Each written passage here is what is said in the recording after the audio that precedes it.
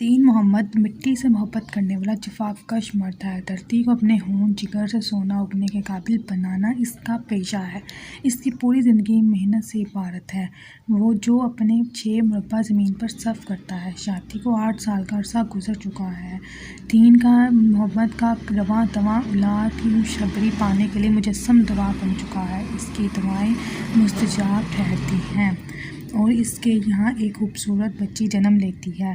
اسے وہ اپنی جنت کا نام سے مخاطب کرتا ہے۔ جلال الدین کا دن رات نوکری کی چکی میں تپے گزر رہا ہے۔ اس نوکری کے دوران اسے آرام کرنے کا موقع بھی کم ملتا ہے۔ اپنے سے محترق رکھتا ہے۔ تنہائی میں کسی کی محبت کا جگنو اس کی دنیا آباد رکھتا ہے۔ ہر دم اس کی یادیں اسے بے چین رکھتی ہیں۔ دن بھر کا تھکا ہارا وہ آرام کرنے لیٹا ہے تو پولیس اسٹیشن کی اطلاع ملتی ہے کہ جنت بی بی ان کی حراست میں ہے، جس کا دعویٰ ہے کہ اس نے اپنے شوہر کا قتل کیا ہے۔ جلال الدین اپنے وکیل دوست مسعود کے ساتھ بھاگم بھاگ پولیس اسٹیشن پہنچتا ہے اور ثبوت دکھاتا ہے کہ جنت شیروز فریزہ کے مریض ہیں، جس کی شادی ابھی ہوئی تک نہیں۔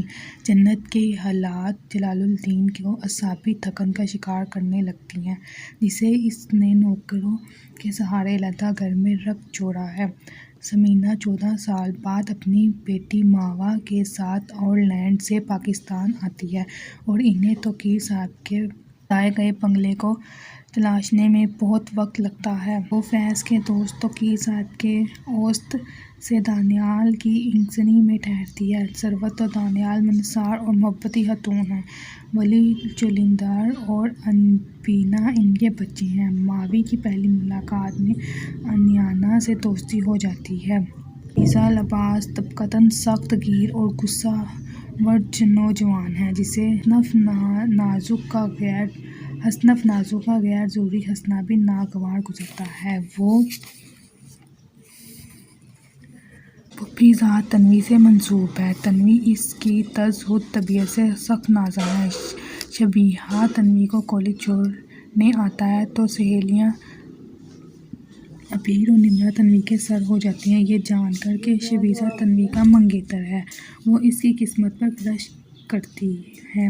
تنوی دونوں سے گزارش کرتی ہے کہ عروش کو اس بات کا علم نہ ہو۔ دین محمد کی بہن زبیدہ کا بیٹا فاروق گاؤں میں آتا ہے تو جنت اسے پسند کرنے لگتی ہے۔ وہ اپنی طرف راغب کرنے کی کوشش کرتی ہے، لیکن فاروق سے اسے ڈرتا رہتا ہے اور اس کے باپ سے دخل آمیزہ انداز میں شکایت کرتا ہے۔ دین محمد جنت کو اپنی سب سے چھوٹی بیٹی کو مارتے دیکھ لیتا ہے۔ اسے شدت سے احساس ہوتا ہے کہ اس نے جنت کی تربیت میں کوتاہی کی۔ ثروت دانیال حسن کے ہر وقت کے شک سے تنگ آ کر چلی جاتی ہے۔ انبیہ اور ولید کو اپنے والدین کے درمیان کھنچاؤ کا کچھ اندازہ ہے۔ دانیال حسن ثروت کو فون کر کے علیحدگی کی بات کرتے ہیں۔ ثروت کی طبیعت خراب ہو گئی اور انہیں ہسپتال میں داخل ہونا پڑا۔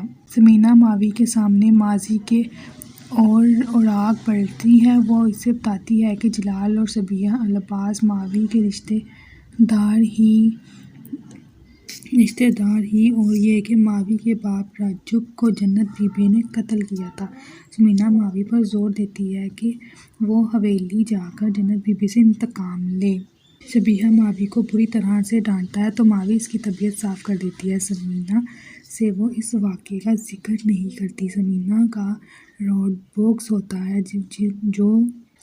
کا روڈ ایکسیڈنٹ ہوتا ہے تو ڈی جے عین موقع پر ان کی مدد کرتا ہے۔ ماوی اور فیضان اس پر ڈی جے کے مشکور ہیں، لیکن وہ اپنا ٹپا دیے بغیر چلا جاتا تھا، جس پر ثمینہ کو بہت افسوس ہوتا ہے۔ اتفاقاً ان کے ڈی جے سے دوبارہ ملاقات ہوتی ہے۔ ثمینہ اسے گھر بلاتی ہے۔ ثمینہ ثروت کو بتاتی ہے کہ ان کے شوہر ہر رجب کو بے دردی سے قتل ہوتا تھا تو یہ بات ماوی کے علم میں نہیں ہے۔ یہ جان کر انہیں رنج ہوتا تھا۔ شبیہہ کو ڈی جے کو اپنی ماں اور ثمینہ سے گفتگو کرنا پسند نہیں، پر وہ ڈی جے کو تہنیہ بھی کرتی ہے۔ ان کے ڈی جے سے دوبارہ ملاقات ہوتی ہے۔ ثمینہ اسے گھر بلاتی ہے۔ ثمینہ ثروت کو بتاتی ہے کہ ان